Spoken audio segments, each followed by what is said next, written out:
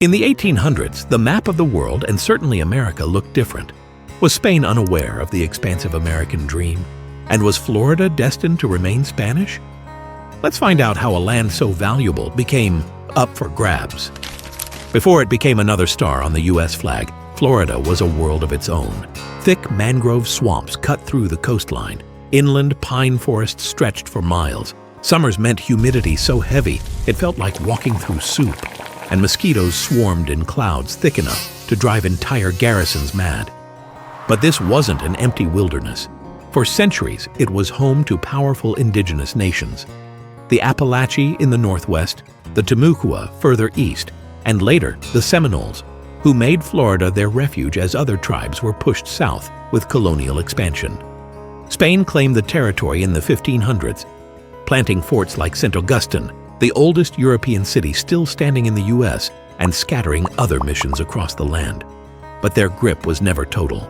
Pirates prowled the coasts, British traders slipped across borders, and runaway slaves vanished into the swamps, finding protection among the Seminoles. Geographically, Florida was gold. Whoever controlled it had a watchtower over the Gulf of Mexico and the shipping lanes to the Caribbean. It was the doorway to New Orleans, the city that fed America's interior. And yet Spain treated it less like treasure and more like a distant problem. Too expensive to manage and too vital to give up. Picture the United States without Florida.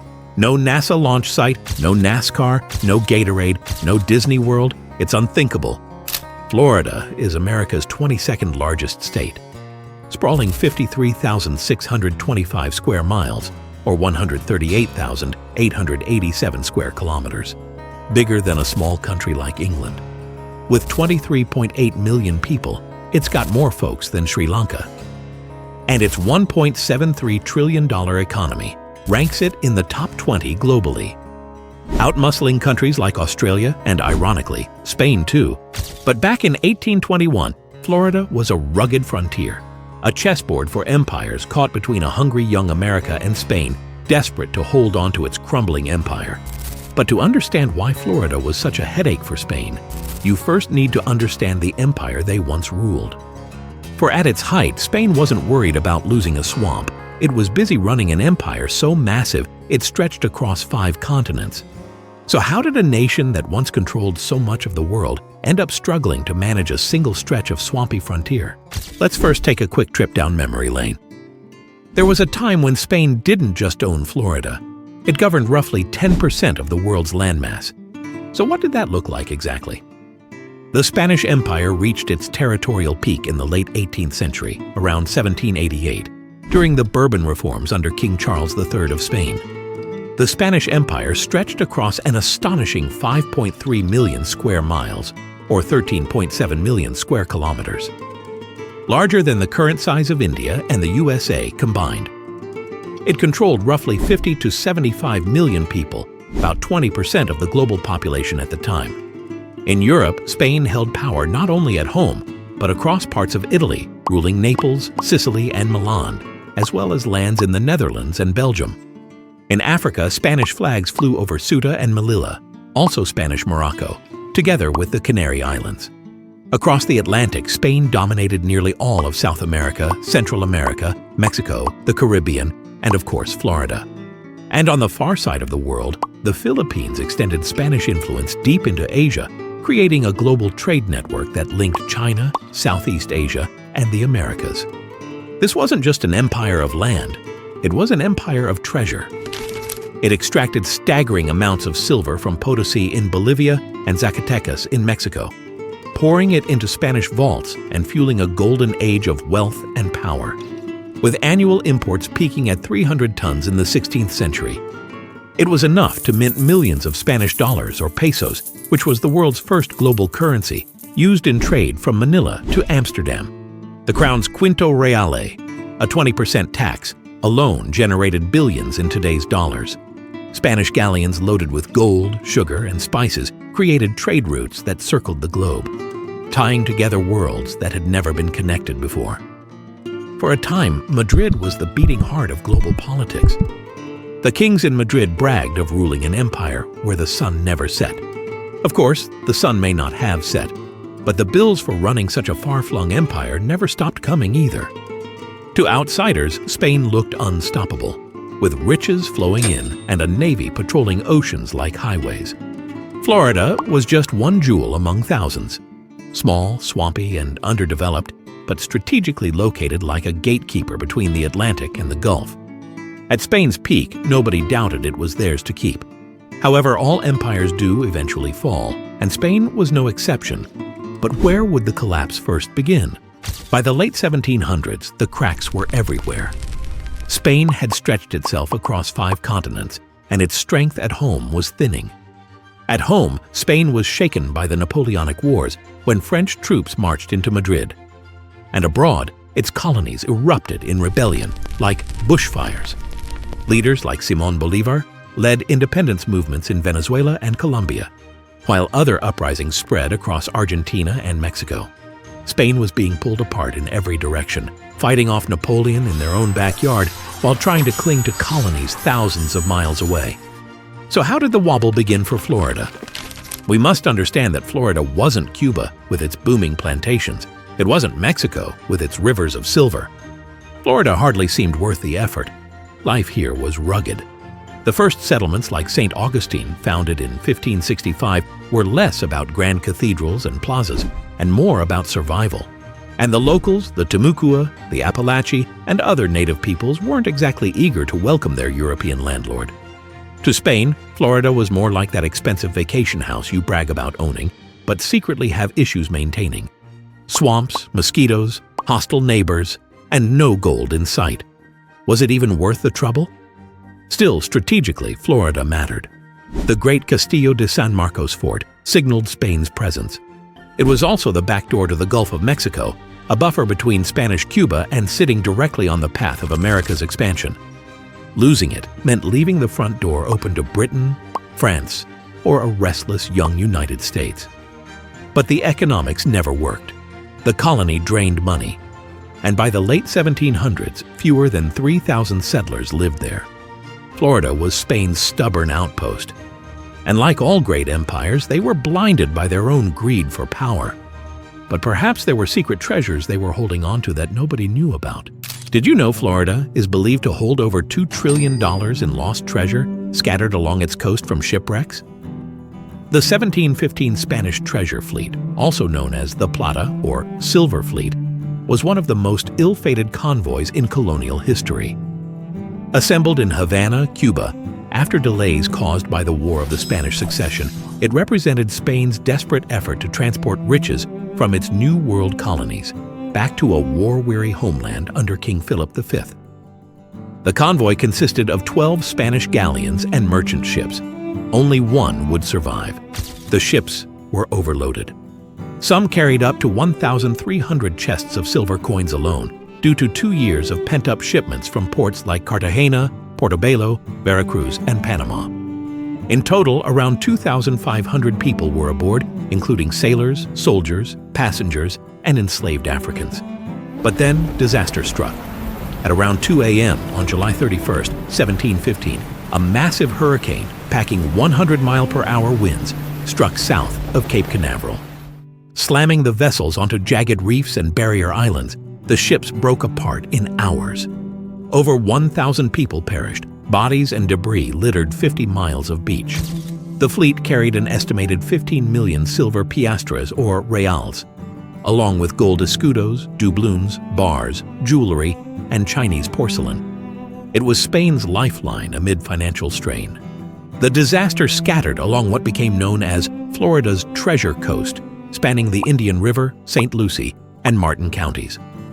This event not only shaped Florida's coastal lore, but also influenced early American piracy tales and underwater archaeology laws. And Turning X marks the spot from myth to multi-million-dollar reality. In the early 1800s, with Spain already stretched thin across its empire, some difficult decisions needed to be made. Letting Florida go wasn't going to be simple either. If they abandoned it, Britain, France, or the United States would seize it and threaten Spain's far richer prize, Cuba, which was a stone's throw away across the water. Was its strategic position and shield for Spanish shipping lanes worth holding on to for the continuous money plunge? With the American dream kicking into fifth gear, they were beginning to ask, how soon can we take it? And also realizing that whoever held Florida had huge leverage over America's trade. In 1803, the ink on the Louisiana Purchase from France was barely dry, and already the United States had an itch for more land, more security, more reach. Florida was the next square on the chessboard, and Washington knew that sooner or later they'd make their move. However, it was also a swamp full of problems. Florida was a magnet for people who didn't fit neatly into anyone's control. Runaway slaves fled plantations in Georgia and the Carolinas, slipping across the border into Spanish territory where American law couldn't reach them. Spain wasn't exactly throwing welcome parties, but they didn't crack down either. To enslaved people, Florida meant a fighting chance at freedom, and they took it. Then there were the Seminoles. This native group wasn't just surviving in Florida's harsh landscape, they were thriving, building villages, trading, and, yes, sheltering runaway slaves. They were independent power brokers, and they weren't afraid to defend their land. Add to this cocktail the smugglers and pirates. Florida's long, jagged coastline made it impossible for Spain to police every cove and inlet. Privateers set up shop, goods were traded under the table, and American officials watched nervously as Florida turned into a kind of wild south. From Washington's perspective, this wasn't just messy, it was dangerous. A haven for fugitive slaves undermined southern plantation economies. Seminole resistance challenged America's expansion. Smugglers threatened the flow of trade on the Gulf Coast. Florida was starting to look less like a Spanish colony and more like a thorn in America's side. And what if things escalated? Imagine if the runaway slave communities grew large enough to spark a rebellion. Imagine Seminole alliances turned Florida into a base for resistance movements across the South. Could Florida have become the match that lit a much bigger fire against American expansion? America didn't just want Florida. It needed to make sure Spain handed it over without dragging Europe into the fight or ignite an all-out war. So the question became, would this be a clean handoff or another war waiting to happen? Do you think back in the 1800s, the Spanish, British, French, or Americans had any idea how successful Florida might be? Perhaps the battle for Florida might have been a different story if they did. Let's quickly fast forward to today to understand what a formidable economic powerhouse Florida is. Ranking 15th to 20th globally, with a nominal GDP of $1.73 trillion in 2024, surpassing nations like Australia and, funnily enough, Spain too. This economic might is driven by a diverse array of sectors, including clean energy, technology, aerospace, and tourism. It has consistently outperformed the national average in GDP expansion, with real GDP growing by 21.9% from Q1 2019 to Q1 2024, nearly double the U.S. rate. Notably, the absence of personal income tax is a significant economic driver too. As one of 9 states with no income tax, Florida attracts high net worth individuals and businesses, boosting population growth and economic activity. In 2024, Florida exported $72.4 billion worth of goods, accounting for 3.5% of the total U.S. goods exports, placing Florida as the 6th largest exporting state in the U.S. The state's strategic location with access to major ports like Miami enhances its import and export capabilities, generating significant revenue for state and local budgets.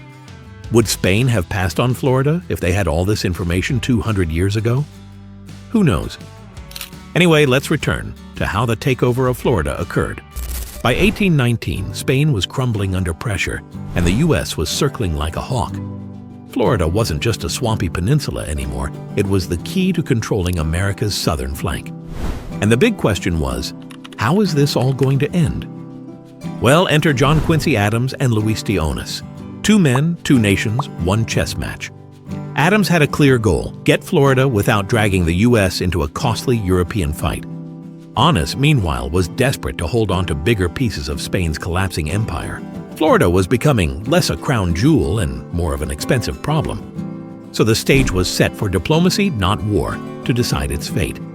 The deal they struck was the Adams-Onís Treaty, also called the Transcontinental Treaty. The U.S. got Florida, Spain got $5 million in American claims off its back, plus a U.S. promise to back off from Texas. And the map? It was redrawn all the way to the Pacific. On paper, both sides won. In reality, the U.S. had pulled off a masterclass in patience and pressure. By 1821, Florida officially changed hands. No cannons, no battlefield drama, just signatures and handshakes. Yet the impact was huge. The U.S. secured its border, gained new trade routes, and showed it could expand through strategy, not just war. Funny enough, at the time, many Americans barely cheered. Florida was seen as a wild, unsettled frontier, more of a headache than a prize. Few could imagine it would one day become one of the most valuable pieces of real estate in the country. Let's play a little game quickly. What if Spain had held on to Florida? Instead of the 1821 treaty, a defiant Madrid decided to dig in. Florida remains Spanish. The swamps, forts, and coastlines remain a European outpost on America's southern doorstep. The Spanish Navy grows in stature. Every ship sailing to New Orleans would have to pass under the shadow of Spanish-controlled waters. Trade along the Mississippi, the artery of early America, could be shut down or attacked at any moment. Spain might have invited another European power, maybe Britain, maybe France, to help secure Florida. They might have not given independence to Texas either. Two powerhouses, Florida and Texas, to this day could still be Spanish territories. Would the United States have become a continental power? Or would its growth have been strangled? It gets darker still. Runaway slaves would have kept finding freedom across the Spanish line, building communities beyond American reach. What happens if those communities grew strong enough to resist? What if they linked up with Seminole fighters? Suddenly, the U.S. faces a coalition on its border, an alliance born of desperation, but strong enough to challenge expansion. The truth is, history is often turned on a fragile balance. One decision in Madrid changed the fate of an entire continent. So how did this unwanted frontier transform into one of America's most revered states today? Florida was a rugged frontier, thinly populated, dotted with forts and settlements, and home to communities determined to resist being pushed aside. But history has a way of flipping the script. Fast forward a couple of centuries, and Florida became one of the crown jewels of the United States. But was it all plain sailing, and how did they go about it? From 1821 to 1845, they settled territories and laid agricultural foundations. Policies like the Armed Occupation Act of 1842 encouraged small farms, cattle ranching, and early plantations for cotton, sugar, and timber in northern Florida. Railroads and ports facilitated exports, positioning the state as a Confederate supplier of beef, corn, and lumber during the Civil War from 1861 to 1865. Post-Civil War, visionary investors like Henry Flagler and Henry Plant built railroads connecting the state, boosting phosphate mining, citrus farming, and early tourism via luxury hotels, the population doubling in the late 1800s. Then, in the boom years of 1900 to 1929, tourism emerged with railroads and highways, promoting Florida as a winter retreat for Northerners. Miami and Palm Beach urbanized, helping to ignite the real estate boom. World War II transformed the economy with military bases, shipbuilding, and naval training, spurring 46% population growth in the 1940s with early manufacturing. Early space activities at Cape Canaveral in 1949 preceded aerospace technology. In 1962, NASA's Kennedy Space Center and the Apollo program created a high-tech corridor on the Space Coast. Disney World's 1971 opening revolutionized tourism, turning Orlando into a global hub with millions of jobs in hospitality and entertainment. The last 25 years, Florida has focused on service-led resilience and global integration. No state income tax and business-friendly policies have attracted corporations, helping fuel a $1+ trillion GDP through tourism. With 100+ million visitors annually, international trade through Miami ports, healthcare, and private space ventures. Not a bad outcome for a land once deemed a big gamble. So next time you are sipping on your pina colada in South Beach, Miami, think of a land that taught the U.S. how to negotiate, expand, and embrace complexity. The U.S. didn't simply buy a peninsula, it secured its southern border, opened trade routes, and absorbed centuries of Spanish heritage. But will Florida remain part of the USA forever? Or will it find independence in our lifetime? We hope you enjoyed this dive into American history, culture, and geopolitics. Please leave your thoughts in the comments section below. And also consider subscribing and turn on notifications. It really does make a difference and means the world to us. Thanks again, stay curious, and we'll see you next time on Earth Mapped Out.